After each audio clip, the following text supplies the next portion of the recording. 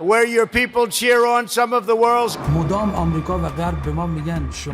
মধ্যপ্রাচ্যে মার্কিন যুদ্ধজাহাজ মোতায়েনের খবরে ফের চরমে উঠেছে আঞ্চলিক উত্তেজনা। ইরানের উপকূলের কাছাকাছি যুক্তরাষ্ট্রের নৌবহর পৌঁছানোর পর ওয়াশিংটন তেহরান আবারও সরাসরি সংঘাতে জড়িয়ে পড়তে পারে বলে আশঙ্কা বাড়ছে। এই পরিস্থিতিতে মার্কিন প্রেসিডেন্ট ডোনাল্ড ট্রাম্পকে ঘিরে কড়া ও বিতর্কিত হুঁশিয়ারি উচ্চারণ করেছেন ইরানের প্রভাবশালী এক কর্মকর্তা।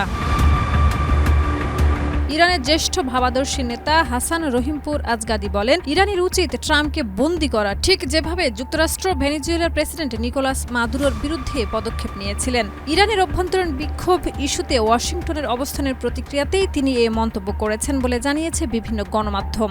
সানবিট সব দিবে সামাল। সানবিট ম্যাজিক প্রেস ডিশওয়াশিং এর মাথা ঘোরানো সলিউশন। এর আগেই যুক্তরাষ্ট্র ও ইসরায়েলের সম্ভাব্য হামলার জবাবে অত্যন্ত কঠোর ও চূড়ান্ত প্রতিক্রিয়ার হুঁশিয়ারি দেন ইরানের প্রতিরক্ষা মন্ত্রণালয়ের মুখপাত্র রেজা তালাইনিক। তিনি বলেন, কোনো আগ্রাসন হলে তার জবাব আগের তুলনায় আরও যন্ত্রণাদায়ক হবে। গত জুনে সংঘটিত 12 দিনের সংঘর্ষের পর ইরানের সামরিক প্রস্তুতি বহুগুণ বাড়ানো হয়েছে বলে দাবি করেন তিনি। তালাইনিক আরও বলেন, যুক্তরাষ্ট্র বা ইসরায়েল যদি শত্রুতামূলক কোনো পদক্ষেপ নেয় তাহলে তারা আগের চেয়ে বড় ব্যর্থতা ও পরাজয়ের মুখোমুখি হবে।